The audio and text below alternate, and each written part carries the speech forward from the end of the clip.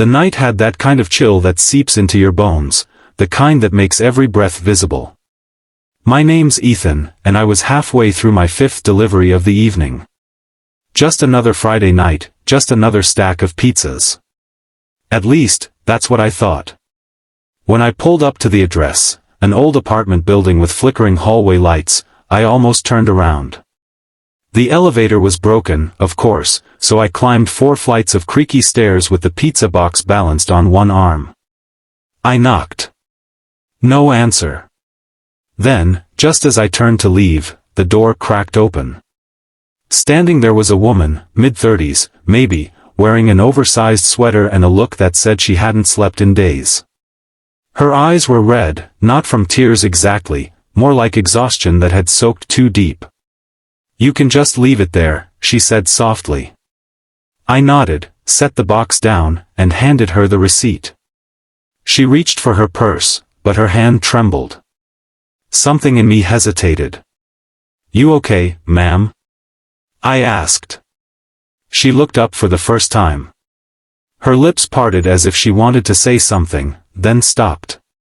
Finally, she whispered, "Do you ever feel like nobody would notice if you just disappeared?" That hit me harder than I expected. I'd delivered food to hundreds of homes, noisy families, lonely apartments, empty offices, but no one had ever said something like that. I swallowed. "More times than I can count," I admitted. For a long second, neither of us spoke. The hallway hummed with silence.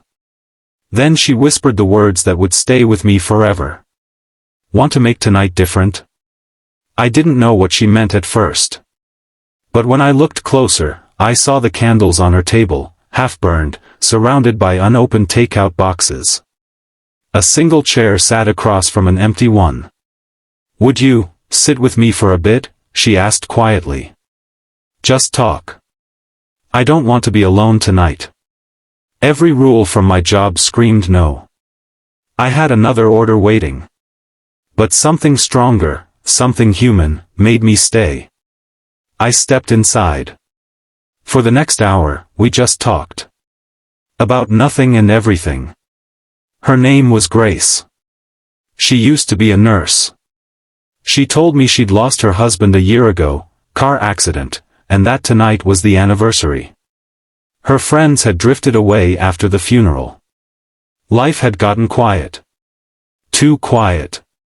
She laughed a few times, the kind of laugh people forget how to make until someone reminds them. She told me she used to love music, so I pulled out my phone and played an old jazz song. She hummed along softly, her voice fragile but warm. When I finally stood to leave, she looked up at me with a small smile. "Thank you," she whispered. "You really did make tonight different." I didn't know what to say. I just smiled back and said, "You made mine different too."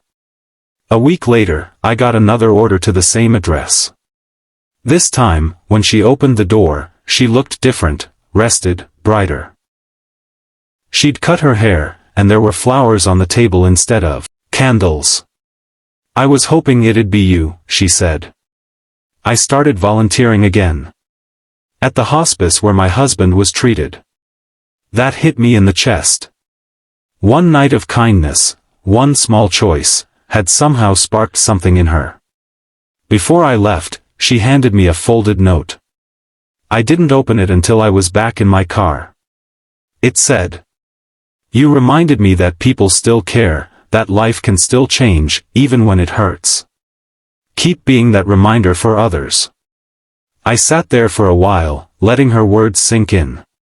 The city lights blurred through my windshield, and for the first time in a long time, I felt something close to peace.